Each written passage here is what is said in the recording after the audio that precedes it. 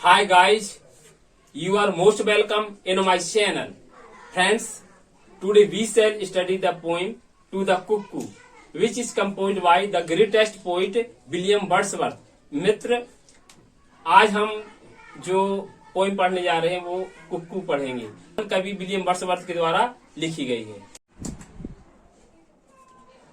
To the cuckoo, William Wordsworth.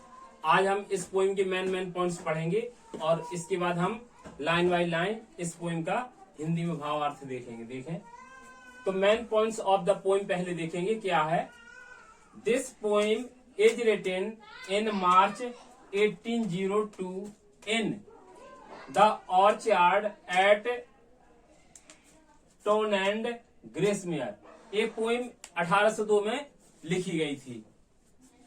This poem was published in March 1807 और यह poem सबसे पहले कब प्रकाशित हुई थी? 1807 में प्रकाशित हुई थी। This poem presents the poet's love for the cuckoo. यह जो कविता है कवि के जो लव दिखाती है, किस पक्षी के प्रति दिखाती है? कुक्कू अर्थात कोयल के प्रति दिखाती है। The cuckoo comes in England from the south. जो इंग्लैंड में जो साउथ से जो एक कुक्कू पक्षी आता है वो कहां से कब आता है? किस सीजन में आता है? इंग्लैंड में एट स्प्रिंग में आता है, यानी बसंत के सीजन में ये पक्षी आता है। इसके बाद 5वां पॉइंट देखेंगे। This poem was published in his collection, कि विलियम वर्ड्सवर्थ की किस कलेक्शन में ये पोइम पब्लिश हुई थी? देखें, पोइम्स इन 2 वॉल्यूम्स इन 1807। इस वॉल्यूम में ये पब्लिश हुई थी। Blithe newcomer is addressed for in the poem. जो कविता में ब्लाइड न्यू कमर जो एड्रेस किया गया है कवि के द्वारा, वो किसके लिए एड्रेस किया गया है इसमें?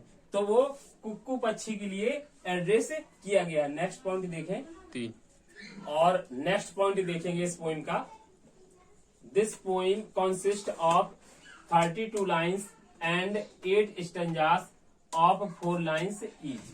यानी इस कविता में 32 लाइन है और 8 स्टेंजा है। एक स्टेंजा 4 लाइन का है। The first and the third lines of each stanzas are iambic trimeters है इसमें। The poem is a pretty lyric. The style of the poem is romantic. अधिकांश वर्ड्सवर्थ की जो पोइम है वैसी भी रोमांटिक स्टाइल है। This is a notable pastoral poem. ये वाली पोइम जो है इनकी पास्टोरल पोइम में आती है। और इसके बाद हम देखेंगे नेक्स्ट और अंतिम इस आज का ये पॉइंट है इस पोइम का। This poem describes the experience of his school boy days. ये कविता जो है उनकी जो स्कूल बॉय डेज थे, स्कूल के जो समय का जो एक्सपीरियंस था उसका वर्णन करती है। क्योंकि स्कूल के समय में जी कुक्कू को देखते थे और उसे ढूंढते थे कि भाई कुक्कू मिले कहीं पर, है ना, क्योंकि ये कुक्कू की उस मधुर आवाज को सुनना चाहते थे। अब इसके बाद हम पढ़ेंगे लाइन बाय लाइन इस कविता का अर्थ। आइए लाइन बाय लाइन ये पोइम पढ़ने से पहले समरी इन हिंदी इस कविता की हम समरी देखेंगे। टू द कुक्कू कविता प्रसिद्ध कवि विलियम वर्ड्सवर्थ के द्वारा लिखी गई एक पास्टोरल कविता है। कवि इस कविता में कोयल पक्षी का स्वागत करता है और नवागंतुक कहता है। जब कवि एक स्कूल बॉय था और हॉक्स हेड ग्रामर स्कूल में पढ़ता था, तभी से ही कुक्कू से प्रभावित था। इसलिए यह कवि की खुशी और सुखद यादों की एक कविता है। यह कोयल पक्षी शुरुआती बसंत में इंग्लैंड में आता है। कवि कोयल पक्षी की संगीतमय आवाज सुनकर खुश होता है। इसकी आवाज एक पहाड़ी से दूसरी पहाड़ी में पहुंचती है। कवि याद करता है जब वह इसकी तलाश में वनों, पहाड़ों, चरागाहों में विचरण किया करता था। कवि कहता है, हे सुखी पक्षी, तुम्हारे गीत के प्रभाव के कारण यह जमीन जिस पर हम चलते हैं मुझे अवास्तविक लगती है। यह संसार एक परियों का देश जैसा लगता है, जो केवल प्रकृति के सौंदर्य को देखकर मस्त हो जाने वाले तुम्हारे जैसे पक्षी के लिए ही उपयुक्त है। आइए अब हम इस पोइम का अध्ययन लाइन बाय लाइन करेंगे। Blithe newcomer, I have heard, I hear thee and rejoice, a cuckoo shall I call the word, or what a wandering voice। कभी इसमें कुक्कू चिड़िया जो होती है, जो कोयल जो पक्षी होता है, उसके बारे में वर्णन करते हुए कहता है ब्लाइथ न्यूकमर, है ना। ब्लाइथ माने होता खुश या प्रसन्नचित, और न्यूकमर माने होता आगंतुक, यानी इस पक्षी को कहता अरे वो खुश आगंतुक, प्रसन्न रहने वाले आगंतुक।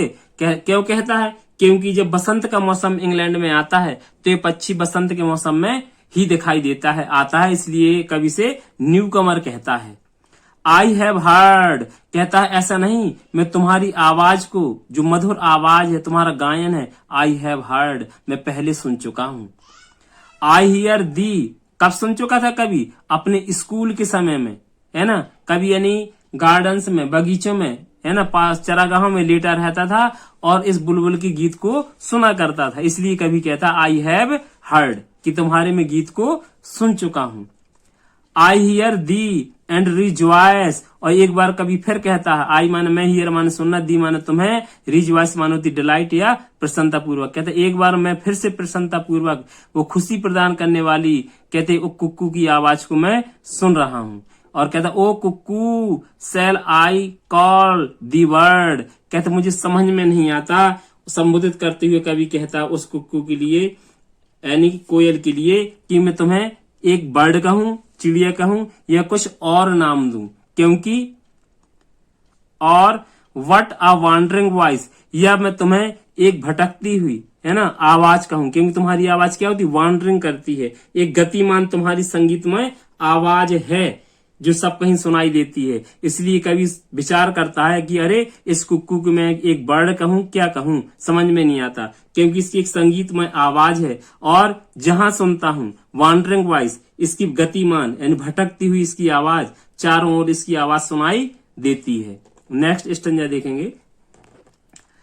While I am lying on the grass, thy twofold shout I hear, from hill to hill it seems to pass, at once far off and near। और कभी कहता है while माने जबकि, I am lying माने लेटा होना, on the grass माने घास पर, कभी कहता है घास पर लेटे हुए, दाई माने तुम्हारी, टू फोल्ड माने होता है दो प्रशाखाओं में बटी हुई, साउट माने तेज, और कहते मैं तुम्हारी आवाज को दो प्रशाखाओं में यानी बटी हुई आवाज को तेज गति से सुन रहा हूं। आई हियर, है ना, मुझे सुनाई दे रही है कुक्कू की आवाज। फ्रॉम, और कैसे सुनाई दे रही है? कभी कहता है from hill to hill it seems to pass, और तुम्हारी जो आवाज है एक पहाड़ी से दूसरी पहाड़ी की ओर तुम्हारी आवाज जा रही है, और एट वंस फार ऑफ, कभी कभी तुम्हारी आवाज दूर सुनाई दे रही है, और तो कभी एंड नियर, तो कभी करीब सुनाई दे रही है तुम्हारी आवाज। कभी फिर कहता है नेक्स्ट स्टैंजा में, कहते though babbling only to the vale, vale मान होती घाटी, और कभी कहता है जो कुक्कू चिड़िया होती है, कहते उस घाटी के लिए बताता है किस तरह से रहस्यमय प्रतीत होती, कहता है कि though babbling only to the vale, और कहता है of sunshine and of flowers, और कभी कहता है कि जो क्या होती है, जो सनशाइन माने धूप, ठीक है, और फ्लावर्स माने होते हैं पुष्प। कभी कहता है जो एक बैबलिंग हो रहा है, यानी though babbling only to the bell, और कहते इस घाटी पर जो तुम्हारी यानी एक आवाज सुनाई दे रही है ना, प्रतीत हो रही है उस कुक्कू चिड़िया की, तो उसके लिए कभी कहता है कि इस घाटी से जो धूप है तथा फूलों को रहस्य, यानी क्या होता है, जो फूल हैं एक रहस्यमय प्रतीत होते हैं तुम्हारी आवाज के साथ। और उस चिड़िया के लिए कहता है कभी दाऊ माने तुम, ब्रेंगेस्ट माने लाती हो, अनटू मी माने मेरे पास, टेल माने कहानी, लेकिन यहाँ पर मेमोरी यादगार से है, ऑफ विजनरी आवर्स, है ना, विजनरी माने वही यानी क्या, ज्योति या स्वप्न भरे यानी क्षण, तो कवि कहता है दाउ ब्रिंगेस्ट अनटू मी अ टेल, और कवि कहता है जब मैं तुम्हारे बारे में विचार करता हूँ, यानी कवि अपने बचपन के दिनों को याद करता है जब कभी उस बुलबुल की आवाज को सुना करता था, तो कहते वो टेल कर रहा हूं मैं कहानी या उस मेमोरी को याद कर रहा हूं। और विजनरी आवर्स, तो कहते हैं जो वह प्राकृतिक यानी जो दिव्य ज्योति के जो स्वप्न कभी देखा करता था पहले बुलबुल के साथ में, वो विजनरी है ना, वो यादें, वो दृश्य, वो समय कवि के लिए फिर से एक बार क्या हो रहा है, रिटर्न हो रहा है, वापस हो रहा है, उसकी आंखों में सुखद अनुभूति प्रदान कर रही है सारी यादें। नेक्स्ट है, और कवि कहता है चौथे स्टंजा में फिर से यानी उस कोयल कुक्कू पक्षी के लिए बताया गया है कि thrice welcome darling of the spring even yet the art to me no word what an invisible thing a voice a mystery. कवि कहता है थ्राइस वेलकम, थ्राइस माने तेहरा या 3 बार। कवि कहता है मैं 3 बार स्वागत करता हूं, किसका, इस कुक्कू का। कहता darling of the spring, darling मानो होता प्री, स्प्रिंग माने बसंत का मौसम। कहते हैं जो बसंत का एक प्रिय पक्षी है, यानी कहना चाहता है कवि कुक्कू पक्षी बसंत ऋतु की एक प्रिय चिड़िया है। और कहता है इसलिए थ्राइस वेलकम, मैं इसका 3 बार स्वागत करता हूं। Even yet thou art to me, और किस तरह से यहाँ पर दिखाया गया है, कभी अपने बचपन के दिनों में फिर याद करता है और अब कहता है कि इवन एट माने अब, दाउ आर्ट मी अब मैं यानी बदल गया हूं, अर्थात कहने का मतलब है वह एक वयस्क पुरुष बन गया है अब, है ना। नो वर्ड, और कभी कहता है मैं तुम्हें क्या नहीं कह सकता, चिड़िया नहीं कह सकता। व्हाट एन इनविजिबल थिंग, अरे तुम तो एक क्या अदृश्य वस्तु हो। इनविजिबल मान होता है अदृश्य, है ना। अ वॉइस, और कहता है एक मधुर गतिमान क्या हो, आवाज हो। अ मिस्ट्री, और एक रहस्यमय, कहते तुम यानी वस्तु प्रतीत होती हो। इसलिए कवि कहता है नो वर्ड, मैं तुम्हें कोई साधारण चिड़िया नहीं कह सकता। नेक्स्ट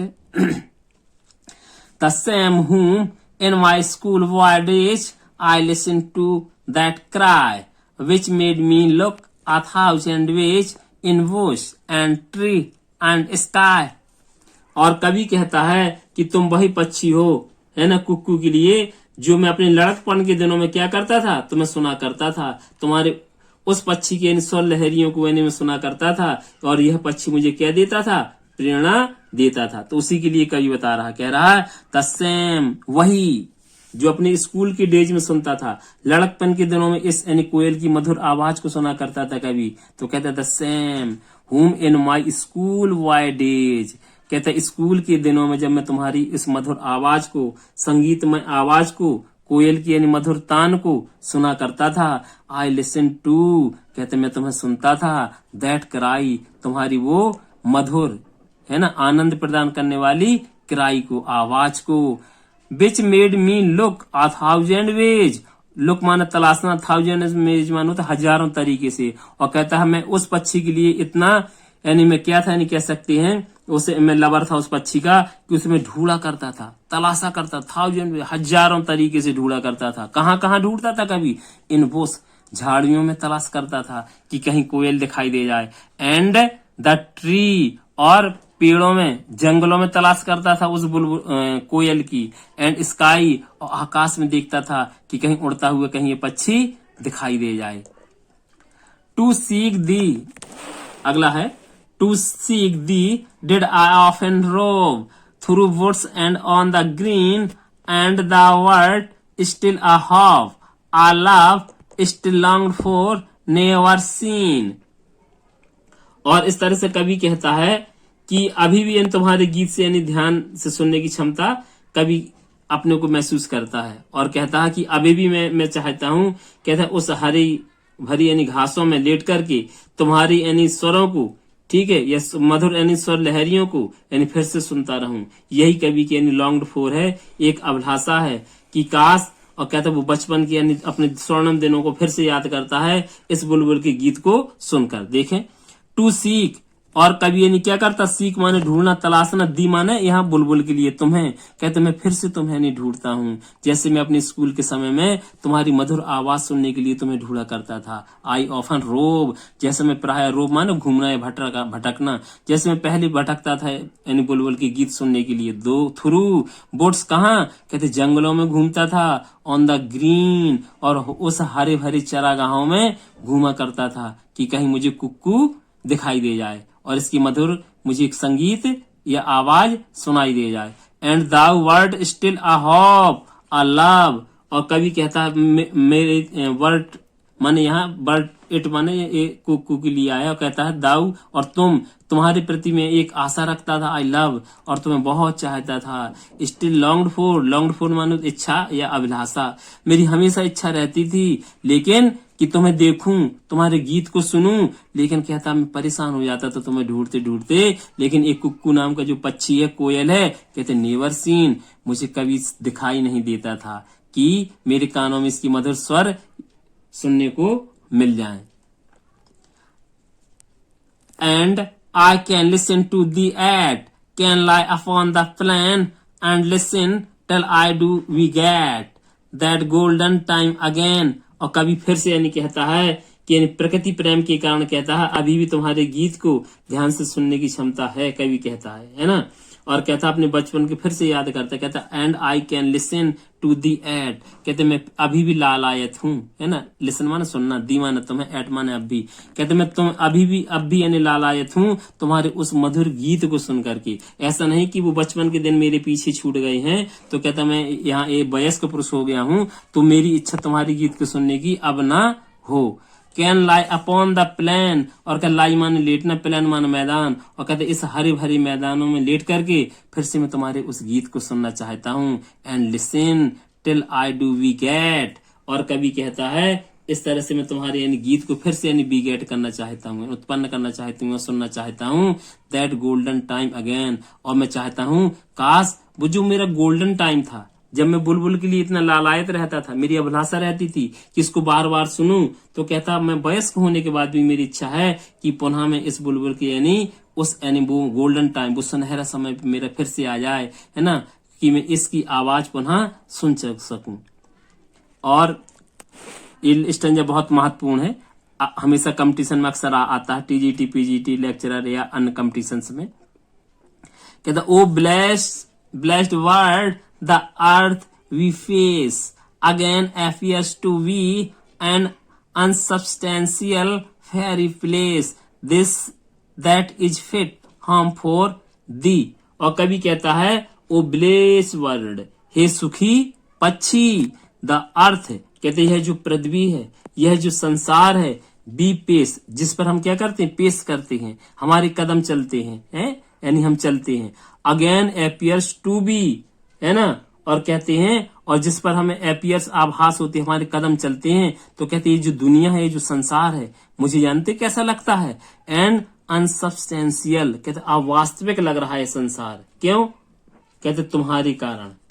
फेरी प्लेस, और ये पृथ्वी ये संसार मुझे ऐसा लगता है तुम्हारे कारण, कुक्कू के कारण, इसके मधुर गीत को सुनकर, जैसे कोई ये फेरी प्लेस हो, परियों की जगह हो, परियों के रहने का कोई स्थान हो या परिलोक हो, है ना, क्योंकि तुम किसी परी से यानी मधुर गीत नहीं गाती हो, है ना, तुम्हारे कारण ये कहता कभी यानी ये प्रकृति के जो सौंदर्य है ना, कहते मुझे लुभा रहा है।